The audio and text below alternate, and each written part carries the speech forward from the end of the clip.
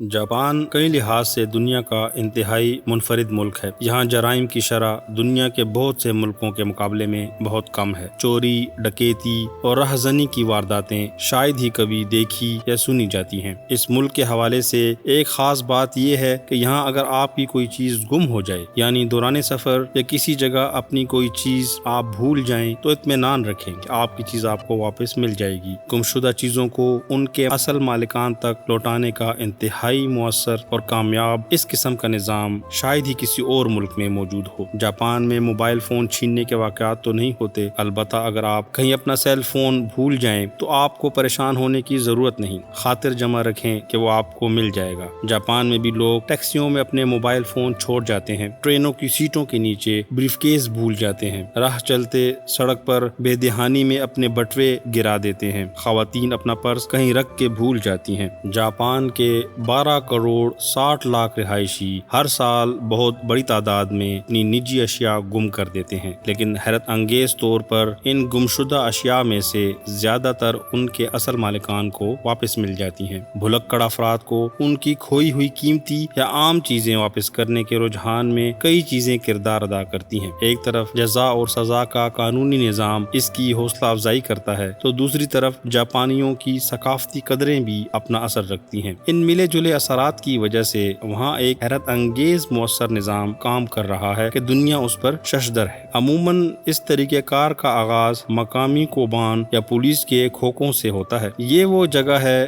جہاں جاپانیوں کا قانون نافذ کرنے والے اہلکاروں سے ابتدائی سامنا ہوتا ہے۔ پورے ملک میں اس قسم کے چھوٹے پولیس اسٹیشنوں کی تعداد 6300 ہے۔ ٹوکیو جیسے بڑے شہر میں 2018 میں 41 لاکھ سے زیادہ گمشدہ اشیاء پولیس کے سپرد کی گئی تھیں، جن کی تعداد حالیہ برسوں میں بڑھتی جا رہی ہے۔ 2015 میں پورے جاپان میں 22 کروڑ 67 لاکھ اشیاء گمشدہ رپورٹ ہوئی تھیں۔ نقد رقم کے ساتھ والیٹ، پرس اور چھتریاں وہ سب سے عام اشیاء ہیں جو جمع کرائی گئیں۔ 2018 میں اس طرح ملنے والی ریکارڈ 3 ارب 80 کروڑ ین کی نقد رقم پولیس کے حوالے کی گئی تھی، جس میں سے 3/4 رقم آخر کار اصل مالکان کو لوٹا دی گئی۔ کوبان میں پولیس افسران ایک رپورٹ پر کرتے ہیں جس میں گمشدہ چیز کی تفصیل اور اسے پانے کی شناخت درج کی جاتی ہے۔ اس کے بعد یہ اشیاء اس پولیس باکس میں 1 ماہ تک رہ جاتی ہیں، جہاں سے پھر انہیں ٹوکیو میٹروپولیٹن پولیس ڈپارٹمنٹ کے نو تزئین شدہ لاسٹ اینڈ فاؤنڈ سینٹر منتقل کر دیا جاتا ہے۔ یہ سینٹر دارالحکومت کے بنکیو وارڈ میں واقع ہے، جہاں اس کی 6 منزلہ عمارت میں 9 لاکھ گمشدہ اشیاء رکھی جا سکتی ہیں۔ یہاں 7100 مربع فٹ رقبے پر بنا ایک بڑا کمرہ بھی ہے جو صرف چھتریوں کے لیے مخصوص ہے۔ 2018 میں 3,43,725 چھتریاں، جو تمام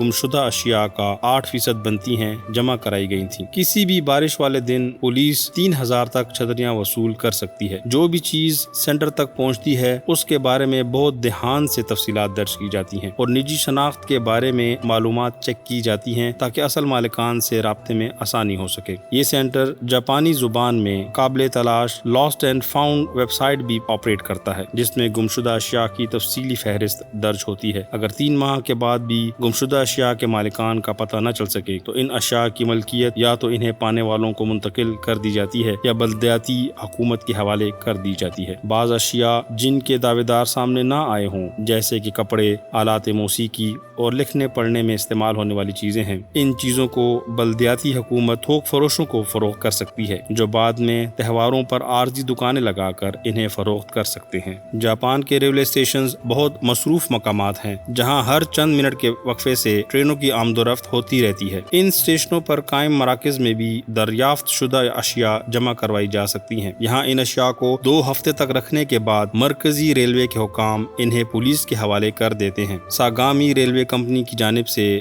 جاری کردہ اعداد و شمار کے مطابق 2018 میں 85,143 اشیاء اسٹیشن کے عملے کے پاس جمع کروائی گئی تھیں، جن میں سے 1/4 چھتریاں تھیں۔ ان اشیاء میں سے 31.4% آخر کار اپنے اصل مالکان تک پہنچ گئیں، تاہم 1% سے بھی کم چھتری مالکان نے واپس لینے کے دعوے کیے تھے۔ فروری 2017 میں ایک لڑکی جڈیجا نے جب جاپانی پولیس کو اپنے فون کے کھو جانے کی اطلاع دی تھی، اس وقت اسے بالکل یقین کے ساتھ یہ معلوم نہیں تھا کہ اس نے اپنا موبائل فون ٹھیک کہاں گم کیا ہے۔ اسے کچھ اندازہ تھا کہ جاپان کے سب سے بڑے آتش فشاں ماؤنٹ آسو کی چوٹی کے قریب کسی چٹانی شگاف میں اس نے اپنا فون اس وقت گرا دیا تھا جب وہ آس پاس کے مناظر کی تصاویر لے رہی تھی۔ 2 ماہ بعد کیوٹو شہر میں جہاں 20 سالہ جڈیجا بحیثیت طالبہ رہائش پذیر تھی، 500 کلومیٹر دور کوماموتو پریفیکچر کی پولیس کی جانب سے اسے ایک خط موصول ہوا جس میں اسے بتایا گیا تھا کہ ایک ہائیکر کو اس کا فون ملا ہے اور اس نے اسے کوبان میں جمع کروا دیا ہے، لیکن اس موبائل فون کی اسکرین کئی جگہ سے ٹوٹ گئی ہے۔ خط میں اس سے پوچھا گیا تھا، کیا آپ اب بھی اپنا فون واپس لینا چاہتی ہیں؟ کچھ فون کالز کے تبادلے کے 1 ہفتے بعد اس کا فون ایک بلبلے والے حفاظتی خول میں لپٹا اسے موصول ہو گیا۔ جڈیجا نے بتایا، میں نے اپنے موبائل فون کو آن کیا اور حیرت انگیز طور پر یہ کام کر رہا تھا۔ مجھے اس وقت اتنی خوشی ہوئی کہ الفاظ میں بیان نہیں کر سکتی۔ میرے دل سے ان لوگوں کے لیے دعائیں تھیں جن کی کاوشوں کی بدولت میرا بچھڑا ہوا فون مجھ سے مل گیا۔ University of Michigan law school کے ڈین اور لا ان ایوری ڈے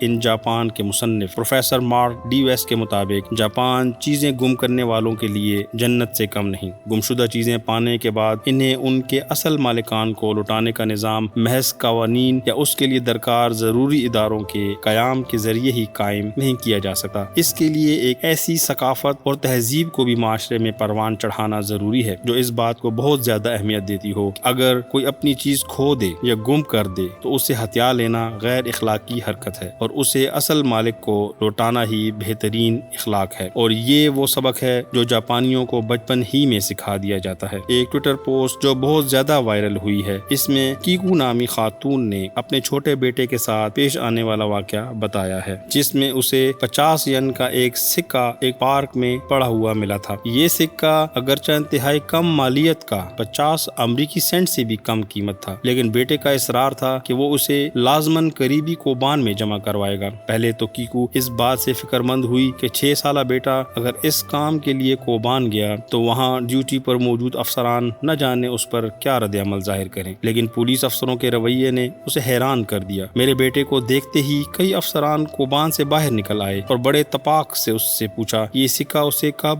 اور کہاں سے ملا تھا، اور پھر انہوں نے اس سے متعلق لاسٹ اینڈ فاؤنڈ کا سرکاری فارم پر کیا۔ ساتھ ہی وہ میرے بیٹے کی تعریف بھی کرتے جا رہے تھے۔ کیکو کا کہنا ہے کہ اس کے بیٹے نے جو کچھ کیا اس کا کریڈٹ اس کے اسکول کو جاتا ہے۔ نرسری اور KG کی کلاسوں میں ہی بچوں کو یہ سکھا دیا جاتا ہے کہ اگر انہیں کہیں کوئی چیز پڑی ہوئی ملے تو اسے کوبان میں جمع کروا دینا چاہیے۔ کیکو نے پولیس افسروں کے رویے کی بھی تعریف کی۔ میرا بیٹا صرف 6 سال کا ہے، لیکن انہوں نے اسے ایک بالغ فرد جیسی ہی اہمیت دی اور اس کی یہ تشویش دور کی کہ یہ سکہ اس کے مالک کو واپس کر دیا جائے گا۔ جاپان کے شہروں میں چونکہ جرائم کی شرح کافی کم ہے، اس لیے پولیس افسروں کے پاس اس قسم کے کاموں کے لیے بہت وقت ہوتا ہے۔ پولیس کی جانب سے گاہے بگاہے یہ اعلانات بھی کیے جاتے ہیں کہ والدین کو اس بارے میں فکر مند ہونے کی ضرورت نہیں کہ ان کے بچے اگر انتہائی کم مالیت کی چیزیں کوبان میں جمع کروانے کے لیے آئیں گے تو پولیس پر کام کا بوجھ بڑھے گا۔ جاپان میں گمشدہ چیزیں مالکان کو لوٹانے کے رجحان میں وہاں کے جائیدادوں سے متعلق قوانین نے بھی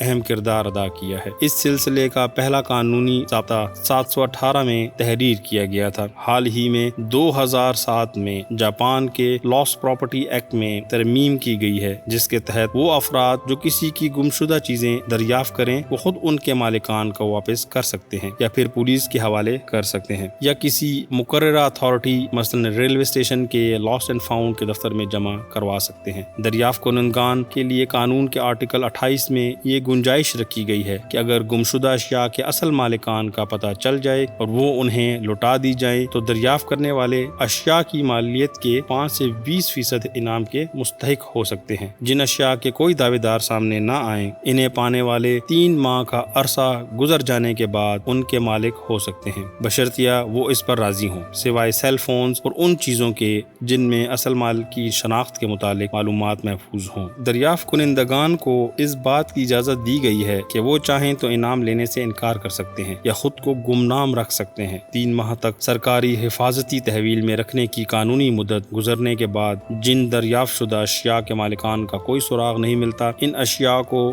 دوبارہ معاشرے میں ان دکانوں کے ذریعے گردش میں لایا جاتا ہے۔ اس لحاظ سے یہ بہرحال ایک اچھا سسٹم ہے۔ YouTube ایک بہت بڑی دنیا ہے اور آپ ہمیں کہاں ڈھونڈتے پھریں گے، اسی لیے ہمارے چینل کو سبسکرائب کریں، بیل آئیکن پر کلک کریں تاکہ ہر آنے والی نئی ویڈیو آپ تک بآسانی پہنچائی جا سکے، کیونکہ علم ضروری ہے۔